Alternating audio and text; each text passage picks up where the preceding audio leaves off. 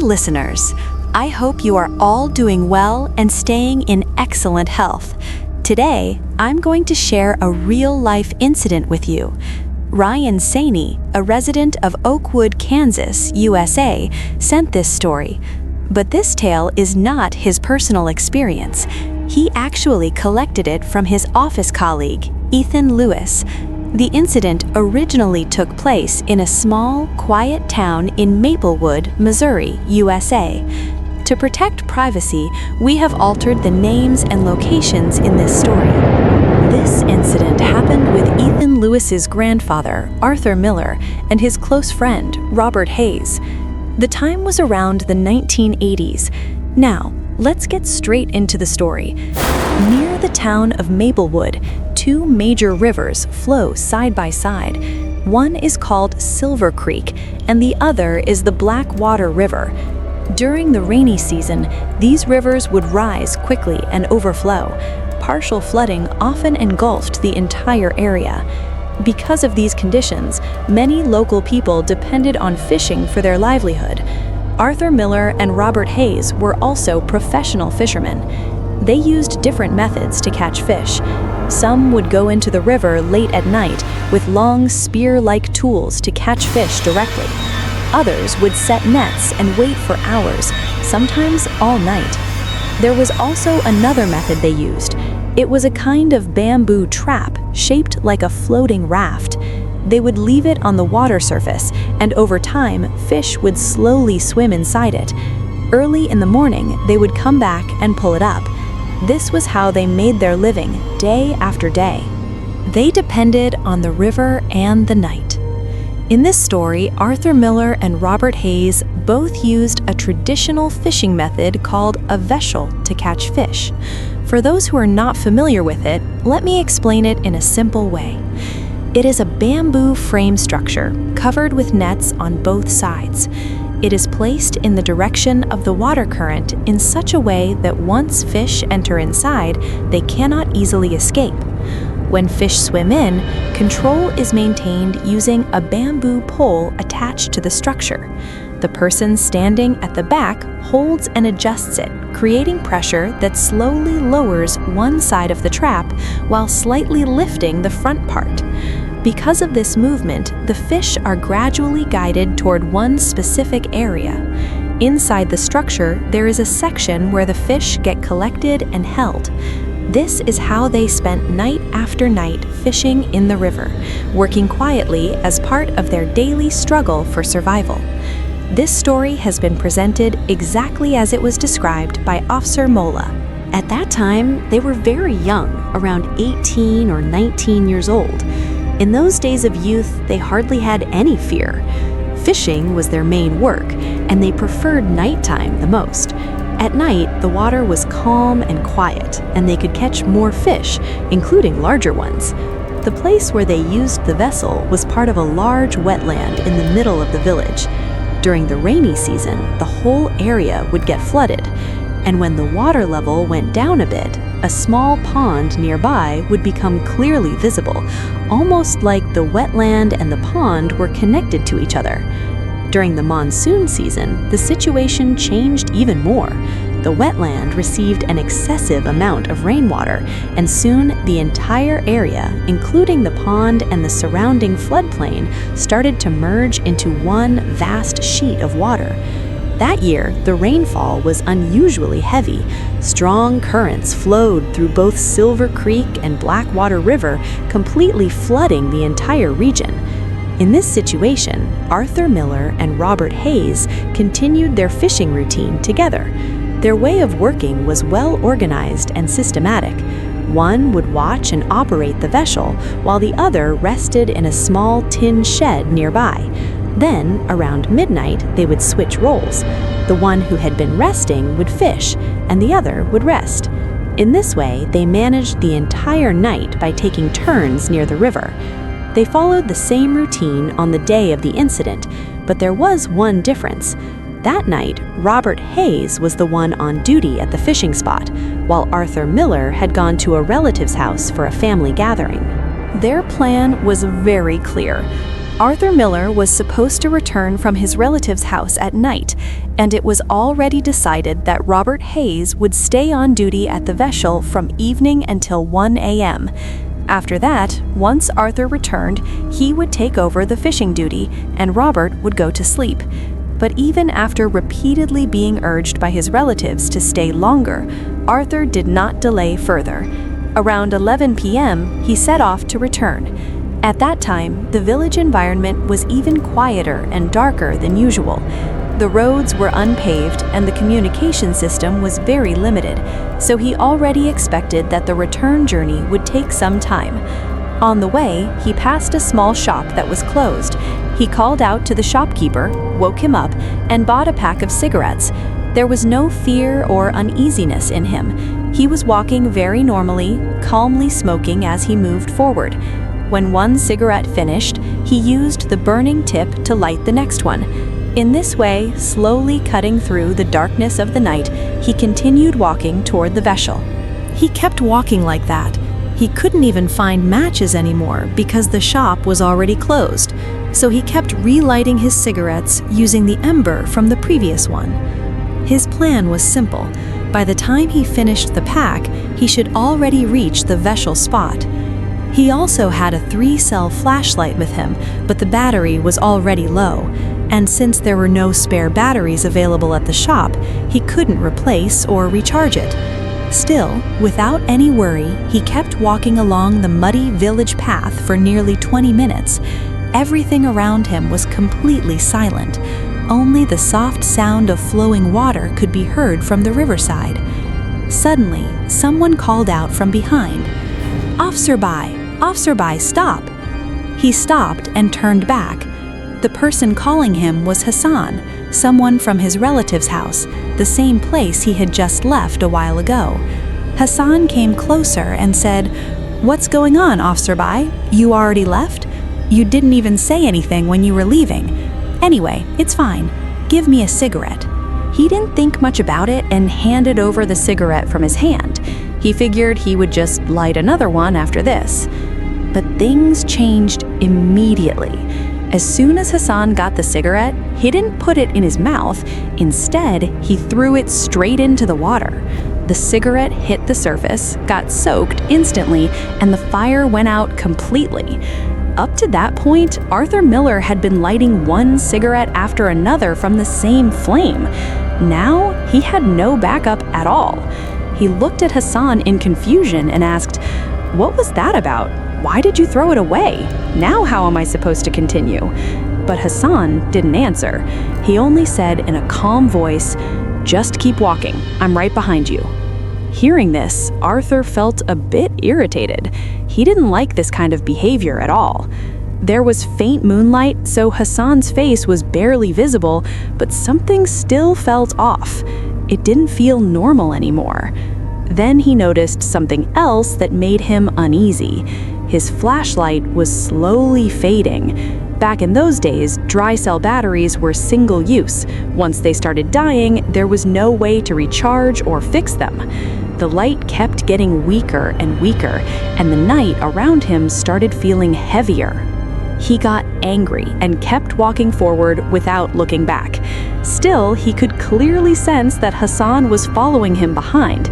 He could even hear his footsteps. But suddenly, the footsteps stopped, and right after that, a strange sound began, a whispering, hissing noise, almost like a snake.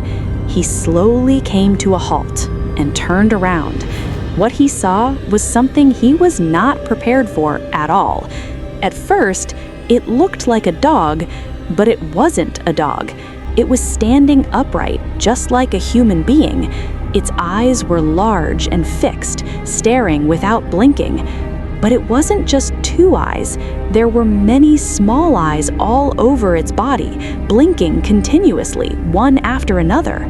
That strange whispering sound was coming from its body.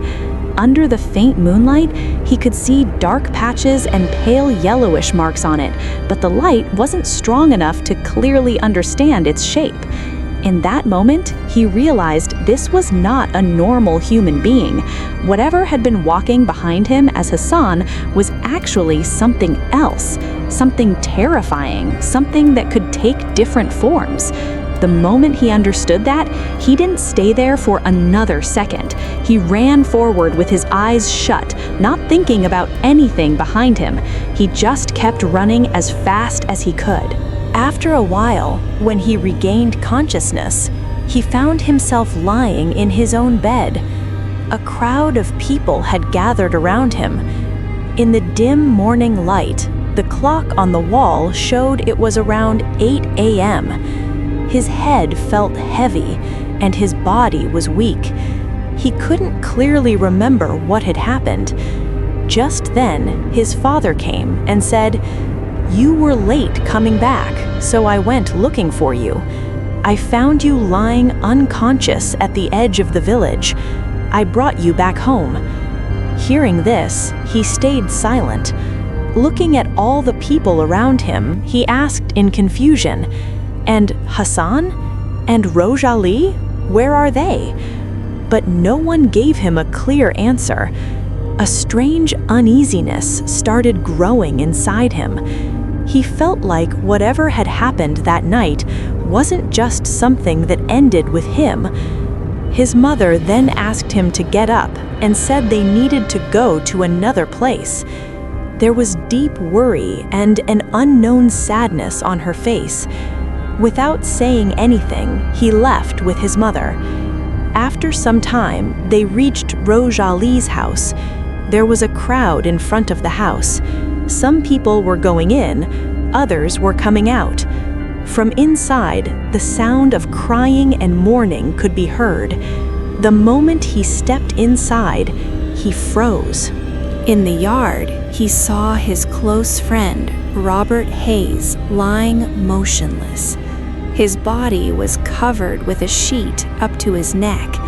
The entire atmosphere felt heavy, silent, and filled with grief. As more people gathered, his face was not left fully exposed. Since people were coming to see him for the last time, the cloth was kept only up to his neck. From the family, Arthur Miller learned what had happened that night. On the night he had been away at his relative's house, Robert Hayes had been alone at the vessel, continuing the fishing work. According to the family, that same night he drowned in the water. But what surprised everyone was something else. The place where he drowned was only the side section of the vessel, where fish were collected. It wasn't deep at all, usually just waist-deep water. And most importantly, Robert Hayes was a strong swimmer, so his drowning in such a place didn't seem normal to anyone. The villagers, however, saw it differently. They believed that working in rivers and wetlands at night could involve unknown dangers. Because of that belief, they accepted it as a natural death. Some said there was nothing more to do now.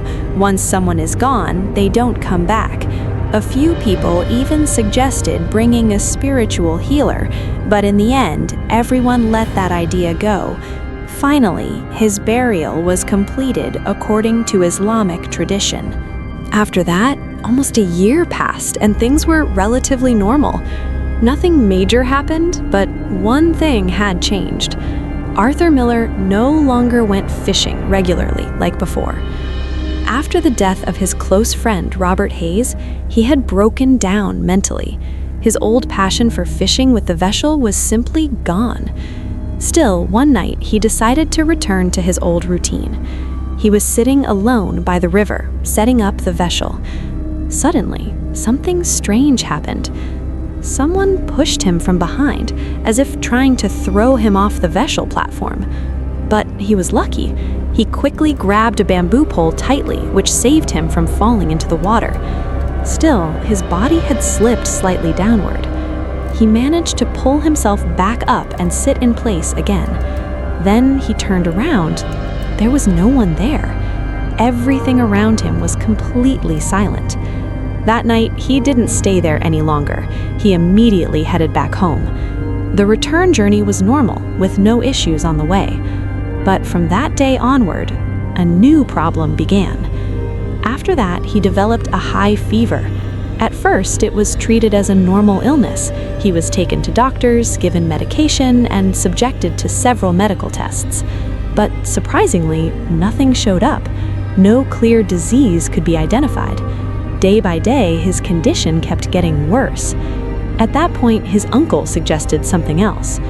If doctors can't find anything, maybe we should try traditional healing. Following this advice, his uncle contacted a traditional healer from Panchagar through an acquaintance. A letter was sent and communication was established with him.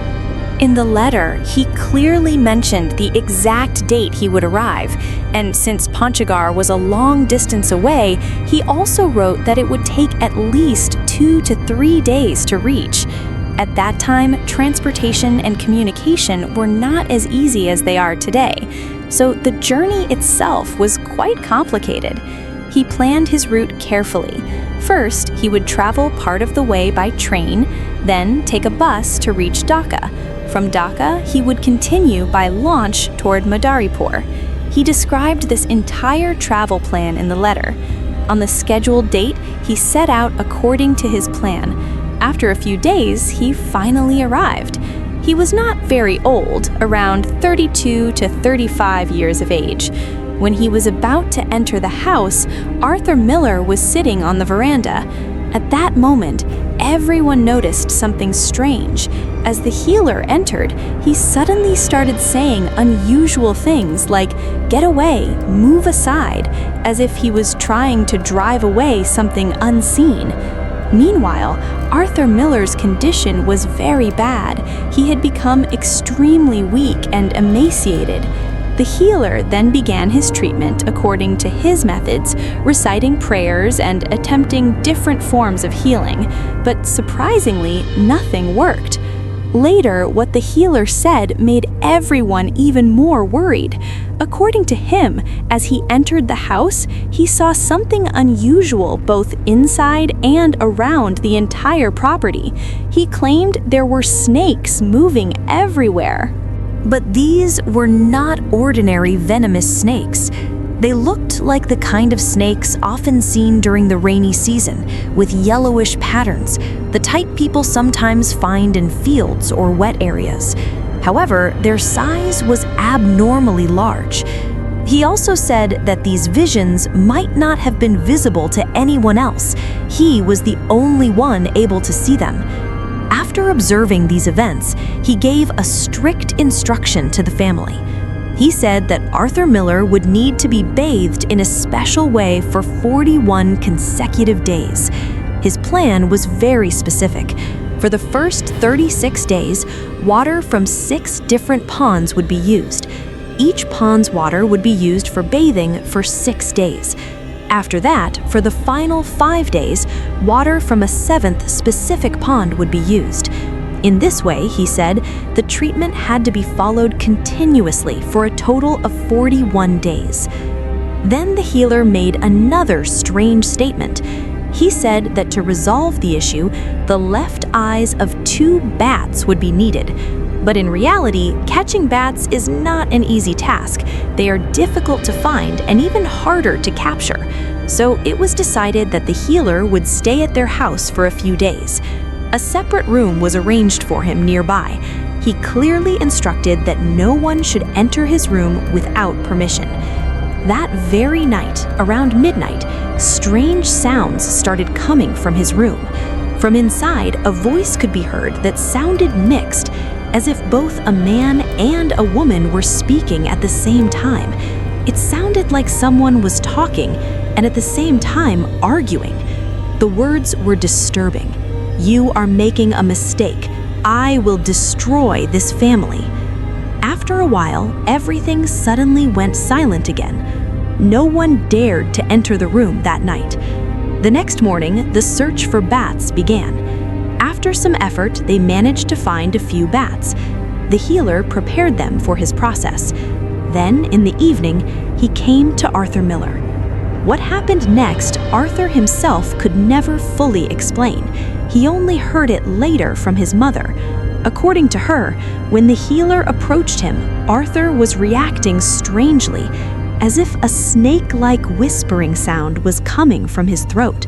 That night, once again, strange screams were heard from the healer's room, but following his instructions, no one went inside. The next morning, when they finally opened the door and searched the room, they were left completely shocked. The healer was gone. There was no trace of him inside the room or anywhere around the house. The next morning, when everyone went back into the healer's room, they were shocked by what they saw. The door was still locked from the inside. There were no broken windows and no cracks in the walls, nothing that suggested any possible way out. But the healer was gone. The only thing left inside the room was the bat that had been brought earlier, now torn apart. Seeing this, everyone froze. At first, no one could understand what had actually happened. How could a person simply disappear like that? At that time, communication systems were not like today. There were no mobile phones and no quick way to send or receive news. From villages, people had to travel to towns just to make a telephone call. Even then, calls were connected through telephone exchanges, which made the process slow and complicated. Direct communication between places was difficult and time-consuming. Because of this, the incident gradually turned into an unresolved mystery. No one ever found out where the healer went or how he disappeared. Even communication outside the country at that time worked through the same exchange system. Making an international phone call was even more complicated. With no phones available, letters were the only reliable option, and even letters would take 3 to 4 days, sometimes even longer, to get a reply. In this way, about 8 to 10 days passed. Then suddenly, it was learned that the healer had returned. He was back at his own house. But how he reached there, even he could not clearly explain. According to him, after waking up that night, he found himself already back at his own house. He believed that some unseen force or a spiritual entity might have brought him back. However, he did not want to explain much about it. Instead, through a letter, he repeated his earlier instructions. He wrote that the 41-day bathing process must continue exactly as planned. He also mentioned that he could do nothing beyond that because restrictions had been placed on him. He claimed that if he interfered further, his own life could be in danger.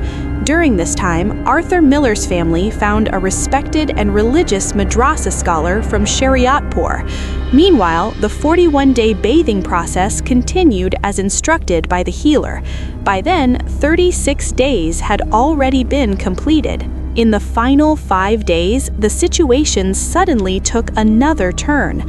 On the 41st day, the day the bathing ritual was supposed to be completed, Arthur Miller suddenly went missing. The entire family was shocked. His parents, uncle, and relatives searched everywhere, but there was no trace of him. Finally, they went to the madrasa scholar for help. The scholar told them, "Wait a little, let me see what can be done." He went into another room, and after about 45 to 50 minutes, he returned. At that point, everyone noticed he was drenched in sweat. His face clearly showed fear. With a trembling voice, he said, "I sent one of my obedient spirits to investigate." What he revealed next was even more terrifying. According to him, the spirit encountered a massive entity, a gigantic snake-like creature so large that it could swallow 2 or 3 cows at once. Its body had yellow and black patterns similar to snakes seen during the monsoon season. The creature said to the spirit, "I know you, but you do not know me. I am a fish-eating jinn, but I have been cast out from my own kind." It also claimed that it lived in isolation. Even other jinns were afraid of it. Then it gave a warning. "Go and tell the scholar that they destroyed my family. I will spare no one. Anyone who comes looking for me will also be destroyed." The most terrifying part came at the end.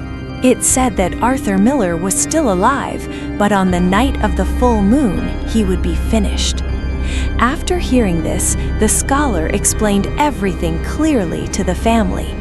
The entire family broke down in tears. The sound of crying filled the surroundings. The scholar tried to calm everyone down. He told them to be patient and to trust in Allah. He assured them that he would do his best, inshallah. He also said that if it was destined for Arthur Miller to live, then he would survive. After giving them some courage, he informed them that he was about to begin the ruqya process. Before starting, he gave a serious warning. He said that during the process, it was possible that a jinn might possess someone present there, and no one could predict who it would be.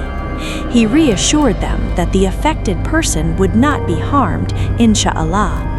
However, he strictly instructed that no one should leave the marked area.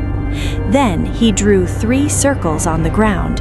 He sat in one circle himself, while 2 family members sat in the other 2 circles. Then the ruqya began.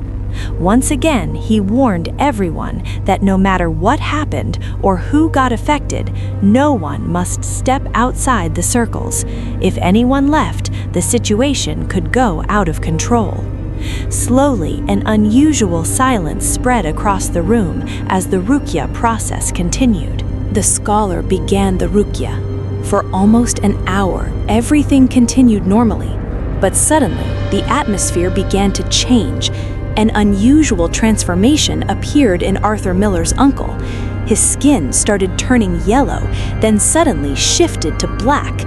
One moment, his entire body looked yellow, and the next moment it turned completely black, as if something inside him was reacting violently.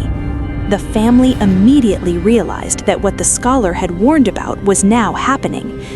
After a while, he sat still with his eyes closed. Then slowly, he opened them again. His eyes had turned deep red.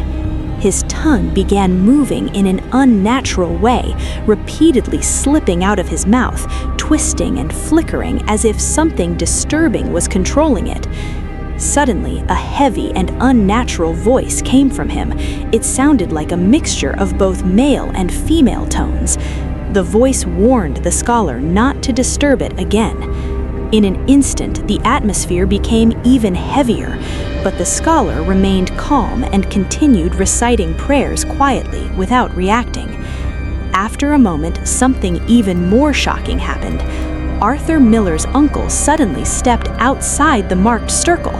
Before anyone could react, he began walking around the room. Sometimes he circled the scholar, and sometimes he stared directly at the family members. A strange voice came from him, challenging everyone and claiming that it could break free from any boundary. Seeing this, the entire family panicked.